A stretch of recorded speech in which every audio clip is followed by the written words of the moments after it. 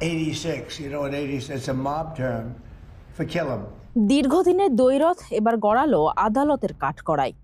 ৪৭তম মার্কিন president Donald ট্রাম্পকে হত্যার হুমকি দেওয়ার অভিযোগে শেষ পর্যন্ত আত্মসমর্পণ করলেন এফবিআই এর সাবেক পরিচালক জেমস কোমি।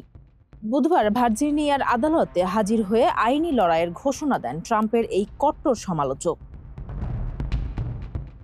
বিতর্কের কেন্দ্রে ২০২৫ সালের একটি সোশ্যাল মিডিয়া পোস্ট, যেখানে সমুদ্র সৈকতে ঝিনুক দিয়ে সাজানো ছিল ৮৬-৪৭ সংখ্যাটি।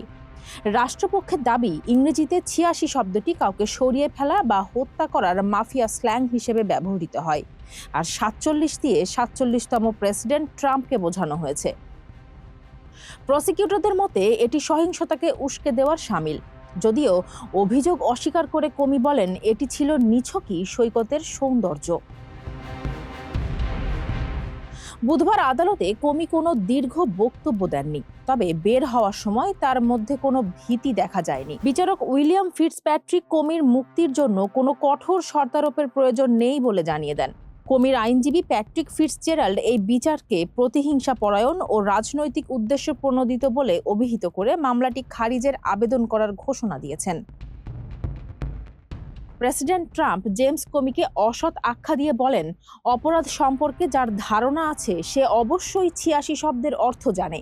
অন্যদিকে কোমি এক ভিডিও বার্তায় বলেছেন তিনি সংখ্যার অর্থ জানতেন না এবং এটি ছিল সাধারণ একটি সৈকতের ছবি। তিনি এখনও মার্কিন বিচার ব্যবস্থার ওপর আস্থাশীল। উল্লেখ্য, ২০১৭ সালে ট্রাম্প কোমিকে বরখাস্ত করার পর থেকেই তাদের মধ্যে চরম বৈরিতা বিদ্যমান। এর আগেও তার বিরুদ্ধে কংগ্রেসকে মিথ্যা বলার অভিযোগ আনা হয়েছিল, যা পরবর্তীতে আদালতে টেকেনি। এই নতুন মামলায় দোষী সাব্যস্ত হলে কোমির সর্বোচ্চ ১০ বছরের কারাদণ্ড হতে পারে। সমালোচকদের মতে এই মামলা আমেরিকার বিচার ব্যবস্থার জন্য নতুন এক পরীক্ষা। শেষ পর্যন্ত বালির উপর লেখা এই সংখ্যা কোমিকে কারাগারে পাঠায় কিনা এখন সেটি দেখার বিষয়। ফারজানা হাসিন, মানবকণ্ঠ।